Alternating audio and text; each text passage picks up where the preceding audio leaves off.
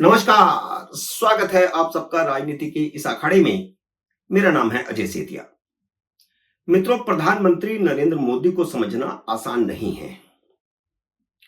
जब वे गणेश पूजा के लिए चीफ जस्टिस डीवाई चंद्रचूड़ के बुलावे पर उनके घर गए थे, तो लेफ्ट लिबरल लॉबी में हड़कंप मच गया था। उन्होंने सार्वजनिक तौर पर रोना चिल्लाना शुरू कर दिया था। किसी ने कहा कि सुप्रीम कोर्ट की निष्पक्षता प्रभावित होगी। किसी ने कहा कि सरकार के खिलाफ जो केस दायर हैं वे प्रभावित होंगे।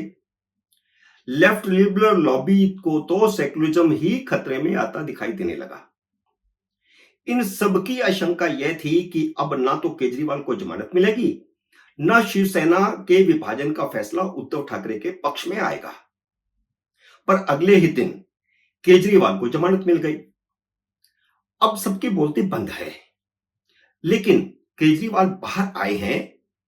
दिल्ली का मुख्यमंत्री अभी भी जेल में है।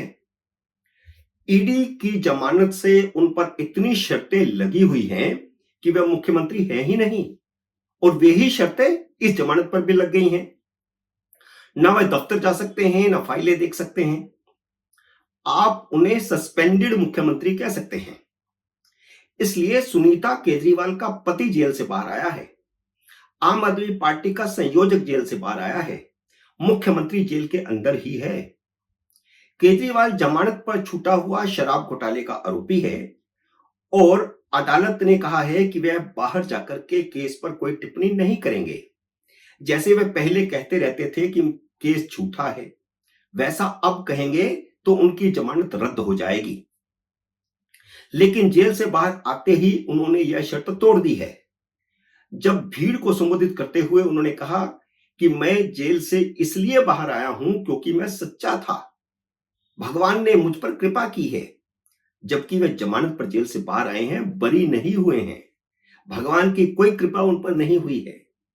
जमानत भी इसलिए मिली है क्योंकि कोर्ट ने कहा कि ट्रायल में लंबा समय लगेगा और इतनी देर तक उन्हें जेल में रखना उचित नहीं है। सिर्फ इसलिए जमानत मिली है।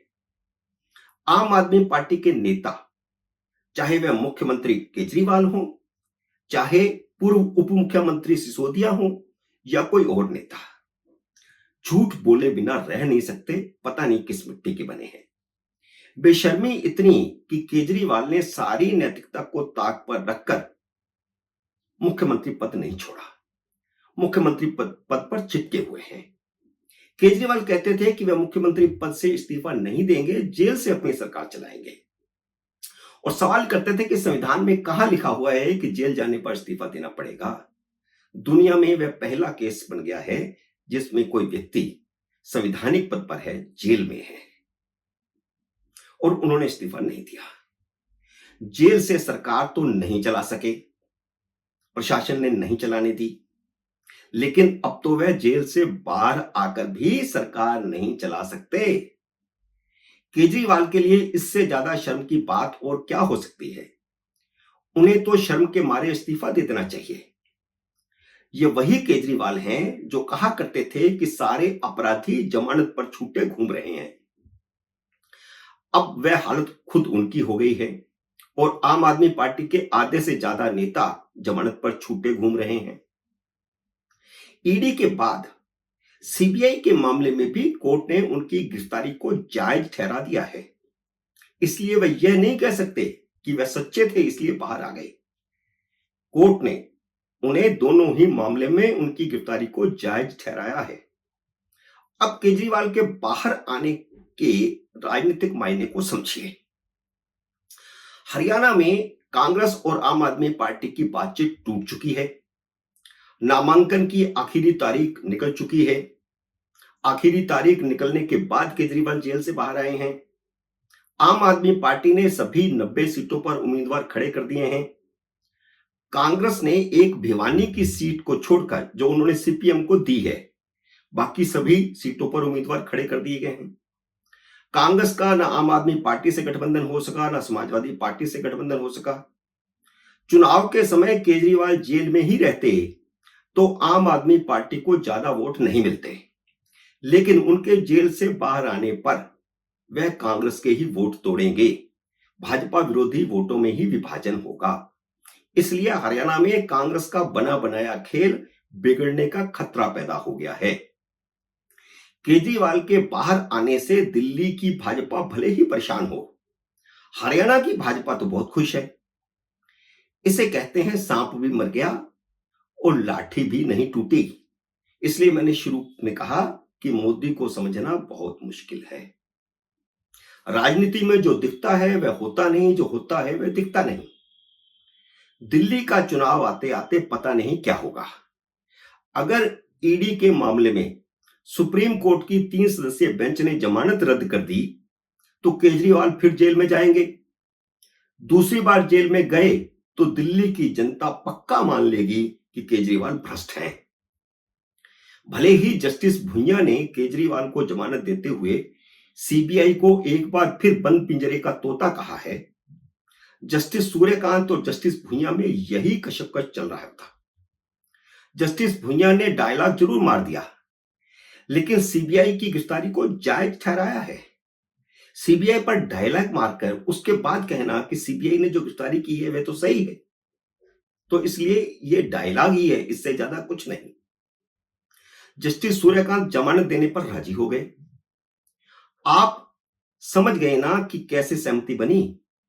चीफ जस्टिस ने ठान लिया था कि रिटायर होने से पहले शराब घोटाले के हर आरोपी को जमानत दिलाकर जाएंगे और अब सारे के सारे आरोपी बाहर हैं। यह बात मैं जुलाई से कह रहा था। इस समय केजरीवाल की जमानत मोदी को भी सूट करती थी। यह जमानत केजरीवाल के लिए फायदेमंद होगी या नहीं होगी, मोदी के लिए फायदेमंद जरूर हो सकती है। चीफ जस्टिस डीवाई चंद्रचूड़ 10 नवंबर को रिटायर हो रहे हैं और मैं शुरू से कह रहा हूं कि 10 नवंबर से पहले पहले वह सबको जमानत देकर जाएंगे या दिलाकर जाएंगे। भारत की न्यायपालिका के जानकार लोग कह रहे हैं कि वह रिटायर होते ही इंटरनेशनल कोर्ट के जज बन जाएंगे। अब आप समझिए पूरी कहानी को। लेकिन यह जमानत एक बड़ा सवाल छोड़ गई है। सवाल यह है कि सरकार हर साल सुप्रीम कोर्ट के जजों पर करोड़ों रुपए खर्च करती है। बड़ी बड़ी कोठियां दी हुई हैं, कारें दी हुई हैं, नौकर चाकर हैं, सैलरी है और कई सुविधाएं हैं। क्या सरकार पैसे वालों को जमानत देने के लिए, प्रभावशाली लोगों को जमानत देने के लिए इन जजों पर हर महीने करोड़ों रुपए खर्च कर रही है? पिछले 6-8 महीनों में सुप्रीम कोर्ट केजरीवाल, सिसोदिया, संजय सिंह और सिंघवी के इर्द गिर्द ही घूमती रही है। उन 83,000 पेंडिंग केसों की सुनवाई कब होगी? उनको राहत कब मिलेगी? उन पर फैसला कब होगा? जमानत अगर सुप्रीम कोर्ट देगी तो नीचे वाली अदालतें क्या करेंगी? यह एक बड़ा सवाल है। मित्रों, उम्मीद है मेरा यह वीडियो आपको पसंद आया होगा। इसे लाइक और शेयर कीजिए। अगर आपने मेरे YouTube चैनल को अब तक सब्सक्राइब नहीं किया तो कृपया सब्सक्राइब करके अपना आशीर्वाद दीजिए। जल्दी मिलते हैं अगले वीडियो में किसी अन्य विषय के साथ। तब तक नमस्कार।